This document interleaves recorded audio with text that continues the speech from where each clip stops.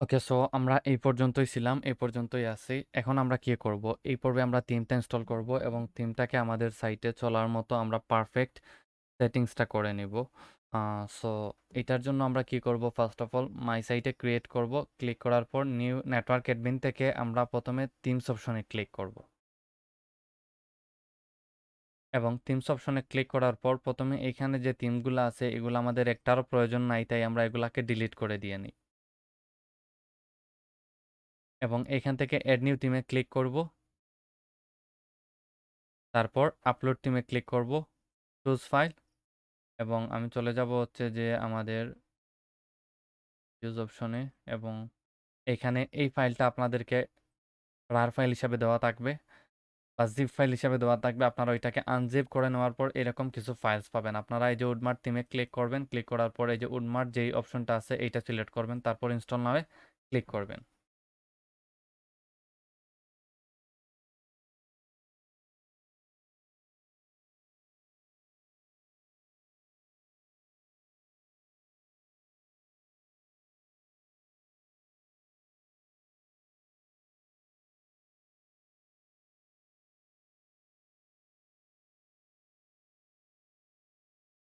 এইটা ইনস্টল হতে বেশ কিছুক্ষণ সময় লাগবে, কারণ উডমার্ট থিম অনেক ভারী একটা থিম।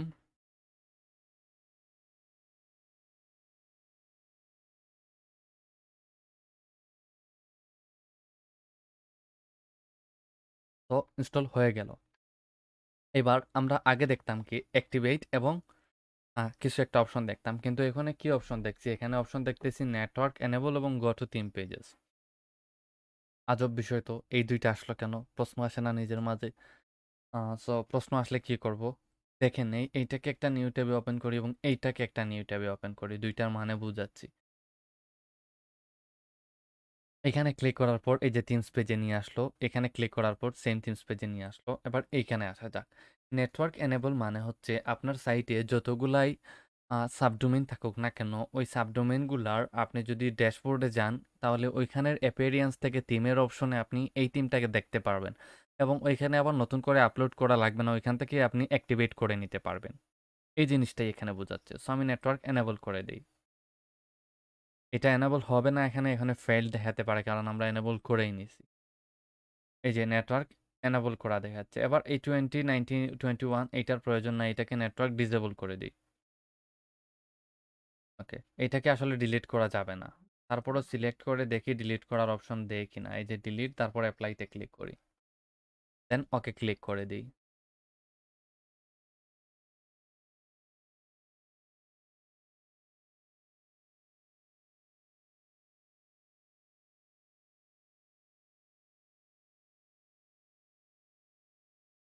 ওকে, তো অ্যাক্টিভেট হয়ে গেল। এবার একটা জিনিস করব আমরা আমরা এখান থেকে মাই সাইট থেকে ক্লিক করার পর এই যে সফটকোডার ভিডিও এখানে ক্লিক করব না, নেটওয়ার্ক অ্যাডমিন থেকে সাইটসে ক্লিক করব, অথবা এই যে সাইটস অপশন আছে এখান থেকে অল সাইটসে ক্লিক করব।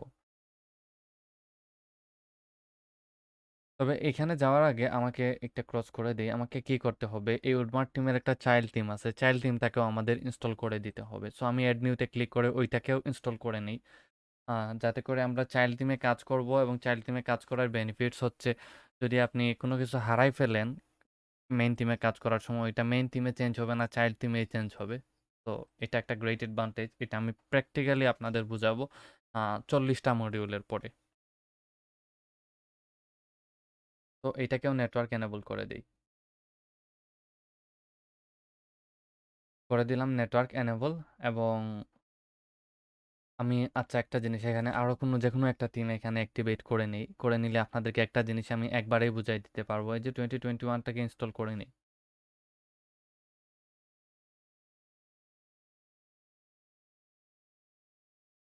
ওই যে ইনস্টল করে নিলাম, দেন অ্যাক্টিভেট করে দিই।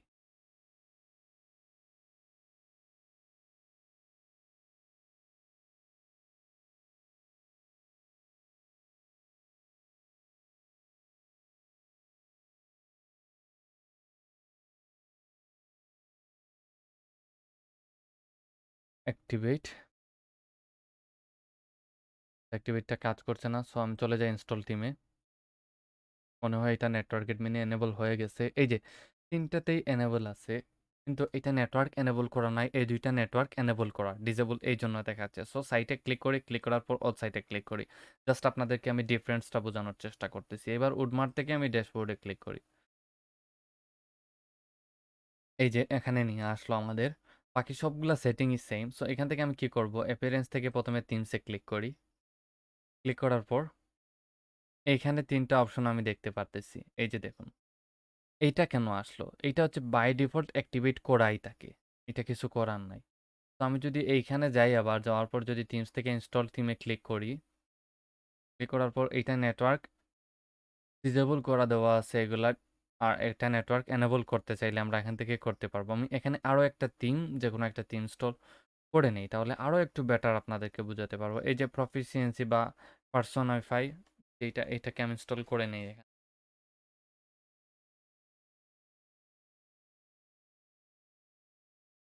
ইনস্টল করে নিলাম, দেন অ্যাক্টিভেটে ক্লিক করে দিই। ওকে, ক্লিক করে দিলাম। এবার এইটাকে দেখি কি প্রফিসিয়েন্সি নেটওয়ার্ক এনেবল হয়ে গেছে। আমি ডিসেবল করে দেই, কারণ আমি নেটওয়ার্ক অ্যাডমিনে নিতে চাচ্ছি না। এই যে নেটওয়ার্ক ডিসেবল আছে। এবার এখানে এটাকে একটু রিফ্রেশ করি। এই যে থিমটা আসলো না। কেন আসলো না? কারণ ওইটা নেটওয়ার্কে ডিসেবল করা আছে। শুধুমাত্র এটা আমার মেইন সাইটে আছে। এবার যদি আমি এটাকে নেটওয়ার্ক এনেবল করে দেই এবং এই পেজটাকে একটু রিফ্রেশ করে দেই, তাহলে এই যে দেখুন পার্সোনাফাই একটা চলে আসছে। এবার আমাদের কাজ কি? এবার আমাদের কাজ হচ্ছে উডমার্টের যে চাইল্ড থিম যেটা আছে এটাকে অ্যাক্টিভেট করে দেওয়া। অ্যাক্টিভেট করে দিলাম। এবার এখানে বলতেছে please active your purchase code for the Woodmart theme and enable auto updates here. এখানে আমাদের এই যে থিমটা পারচেজ করলাম এটার একটা কোড দিতে বলতেছে। সো আমি হুদাই এখানে একটা কোড দিয়ে আমার এইটাকে নষ্ট করতে চাই না। তো আমি এখানে বিং ইনস্টল প্লাগইন দিলাম বা বিগিন ইনস্টল প্লাগইন দিলাম, যেটাই বলেন না কেন। এবার এখানে যে প্লাগইনসগুলো দেখাচ্ছে আমরা সবগুলো প্লাগইনস ইনস্টল করে নেব। সো আমি এখানে ইনস্টলে ক্লিক করে ওগুলো সিলেক্ট করে ইনস্টলে ক্লিক করলাম।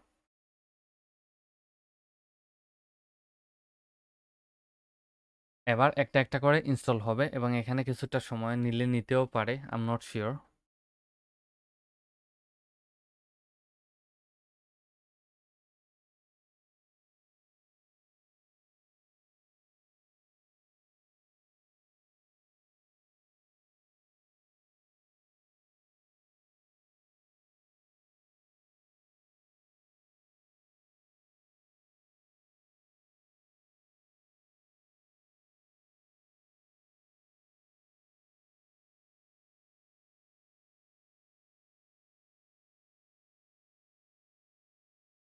ওকোমোসটা ইনস্টল হচ্ছে।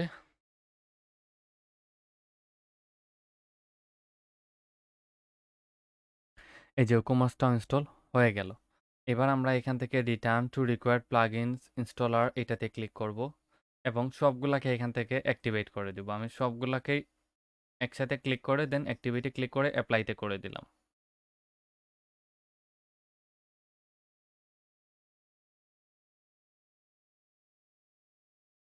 তো আমার সবগুলা প্লাগইন ইনস্টল হয়ে গেল। এবার আমি এই পেজটাকে আরও একবার রিফ্রেশ করে দিই। এখানে কি বলতেছে দেখুন, you attempted to the access the podmart theme dashboard but you do not currently have privilege on this sites. If you believe you should be able to access the Woodmart theme dashboard, please contact your network administrator. If you reached this screen by accident, okay, so আমরা view ড্যাশবোর্ডে click করতেছি। এখানে just একটা notice আমাদেরকে দিতেছে। ওকে, তো আমরা এই যে আমাদের ড্যাশবোর্ডে চলে আসলাম। এখান থেকে মাই সাইটসে ক্লিক করি। ক্লিক করার পর এখানে মাই সাইটসে নাই, সো আমি নেটওয়ার্ক অ্যাডমিন থেকে সাইটসে ক্লিক করি। এটাতে নিয়ে আসলো কেন? ক্লিক করি একবার, এগুলো আছে। সো আমি মাই সাইটস থেকে নেটওয়ার্ক অ্যাডমিন থেকে সাইটসে ক্লিক করি। এই যে দুইটা আসছে, এখান থেকে আবার এই ড্যাশবোর্ডটাকে একটা নিউ উইন্ডোতে নিয়ে যাই।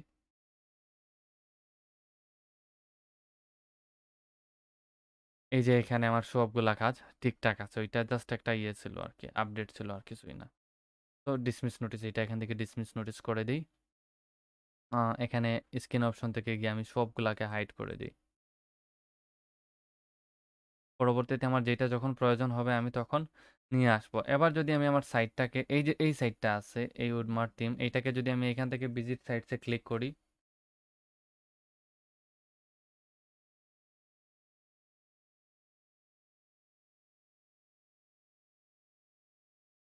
এই যে আমাদের সাইটটা এখন অনেকটা এইরকম দেখাচ্ছে। ওকে? তো এইরকম হচ্ছে আমাদের এই সাইটটা এখন আমাদের সাইট। সো এইভাবে আসলে থিমটা ইনস্টল করতে হয় এবং থিমের আরো কিছু বেসিক সেটিংস আছে যেগুলো আমরা নেক্সট পার্টে দেখবো। এই পর্ব এতটুকু পর্যন্তই। Thank you.